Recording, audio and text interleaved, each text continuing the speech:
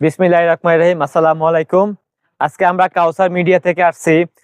আমাদের যে ফিরোজপুর গ্রামের যে ঐতিহাসিক সোনাই বিবি দিঘির পাড়, এই দিঘির পাড় নিয়ে আজকে কিছু কথা বলতে। তো মূলত এই দিঘির পাড়টা একটা ঐতিহাসিক হওয়ার কারণ হচ্ছে কি, এই দিঘির পাড়ে আমরা যারা আমাদের মুরব্বী যারা বয়স্ক যারা আছেন এবং চলে গেছেন যারা, তাদের থেকে আমি ইতিহাসটা জানতে পারছি এটার অনেক অলৌকিক কিছু ঘটনা ঘটতো, যা আমাদের আমরা এই প্রজন্ম এসে আমরা জানতে পারছি। তো কিছু ঘটনা, উল্লেখযোগ্য ঘটনা হচ্ছে কি, এখানে অনেকে এসে আপনার দুধ কলা দিয়ে থাকে। দুধ কলা দেওয়ার একটা মানত করতো যে তার শরীর অসুস্থ বা বিভিন্ন কারণ দুধ কলা দিত, ওই পারে দিত আপনার দুধ, এ পারে কলা দিত। তো আমরা ছোটবেলা যখন থাকতো তা আমরা কলাগুলো আমরা নিয়ে নিয়ে খেতাম। তো শুধু এই ইতিহাসটা না, ইতিহাস আরো আছে যে আপনার ওই দিঘির ওই পারে আমরা একটা লোক স্বর্ণের কলসি উত্তোলন করে থাকে মাটি থেকে। তো এটা পরবর্তী সময় নিয়ে, যদিও এখানে একটা আপনার জানার মতো একটা বড় ধরনের একটা সাপ এটা পাহারা দিয়ে রাখতো। তো ওই সাপটাকে হত্যা করে মূলত কলসটা নিয়ে যেত। আর আরেকটা ইতিহাস হলো গিয়া, এইখানে যারা আগেরকার জনের মানুষ অনেকে গরিব থাকতো, যার কারণে আপনার যত অনুষ্ঠান করতে পারতো না। তো এখানেই একটা অলৌকিক ভাবে কিছু রূপার যেই থালা বাসন এগুলা প্রস্তুত থাকতো। তো মানুষ এখান থেকে নিয়ে তাদের প্রয়োজন মিটে আবার দিয়ে দিত, কারণ মানুষের বিশ্বাস ছিল বা এবং দিঘিরও একটা বিশ্বাস ছিল যে মানুষ তাদের এটা করবে। আরেকটা হলো যে এই দিঘি থেকে আমাদের ফিরোজপুর গ্রামে তিনটা দিঘি, এটা সহ তিনটা দিঘি আছে একটা সিরিয়ালে। একটা হচ্ছে আমাদের সোনাবেবী দিঘির পাড়, আর একটা মজুমদার বাড়িতে, আর একটা হচ্ছে আপনার ফিরোজপুর বাজারের পিছনে। একই সিরিয়ালের তিনটা দিঘি।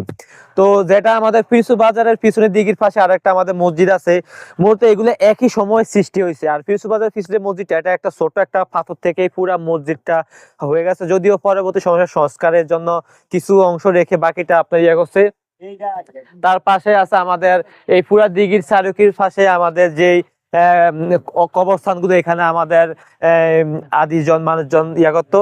তো আরেকটা বিষয় নিয়ে আমরা কথা বলতে, এই আমাদের পুরো অঞ্চলের মধ্যে একটা বিশেষ একটা জায়গা হচ্ছে আমাদের যে দিঘির পাড়, যেখানে আমাদের বাৎসরিক যে দুটা ঈদ, এই দুটা ঈদের নামাজ এখানে পড়া হয়। কারণ ঈদের সময় এমন একটা জিনিস যে আশেপাশে অঞ্চলের সব মানুষজন এখানে এসে নামাজ পড়তো এবং মানুষের যেই ঈদের নামাজ এখানে পড়তো। তো ঈদের যদিও ঈদগাহটা খুব ছোট, তো ঈদগাহ কমিটি সিদ্ধান্ত ক্রমে ঈদগাহটা আরো বড় করবে এখন, বিশিষ্ট এটা থেকে আপনার ওই দিক পুরা সাইডটা এখানে আপনার বড় করতেছে।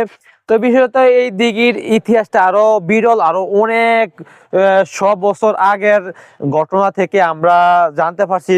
পুরাপুরি ইতিহাসটা আমি তুলে ধরতে না পারার জন্য আমি দুঃখ প্রকাশ করছি, কারণ আমাদের যারা সিনিয়র আছেন, আমাদের বাপ চাচারা আছেন, ওনারা আরো ভালো বলতে পারবেন এই দিঘির পাড়ের ঘটনা নিয়ে। তো আপনারা যারা ভিডিও দেখতেছেন আমাদের কাউসার মিডিয়াতে, তো আপনারা এখানে আসবেন, এসে আপনারা দেখে যাবেন। আশা করি আপনাদের কাছে ভালো লাগবে, কারণ এটা একটা আমাদের দেশের ঐতিহ্য। তো আপনারা যারা দূর দূরান্ত থেকে আসবেন, আপনারা এসে আশেপাশের মানুষের ফিরোজপুর সোনাবিবি দিঘির পাড় বললে এখানে সবাই নিয়ে আসবে।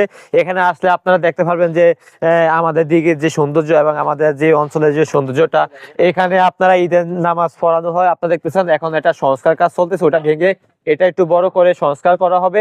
এটা থেকে আরো একটু প্রশস্তটা আরো একটু বড় করে আমাদের, কারণ এখানে বিষয় অনেক মানুষ এখানে আসে, যার কারণে নামাজ পড়তে একটু সমস্যা হয়, যার কারণে আমাদের ঈদগাহ কমিটির সংস্কারের জন্য আরো বিশাল আমাদের ঈদগাহ নামাজ মুসল্লির ঈদগাহ নামাজ পড়তে পারবে। তার পাশে আমাদের আমাদের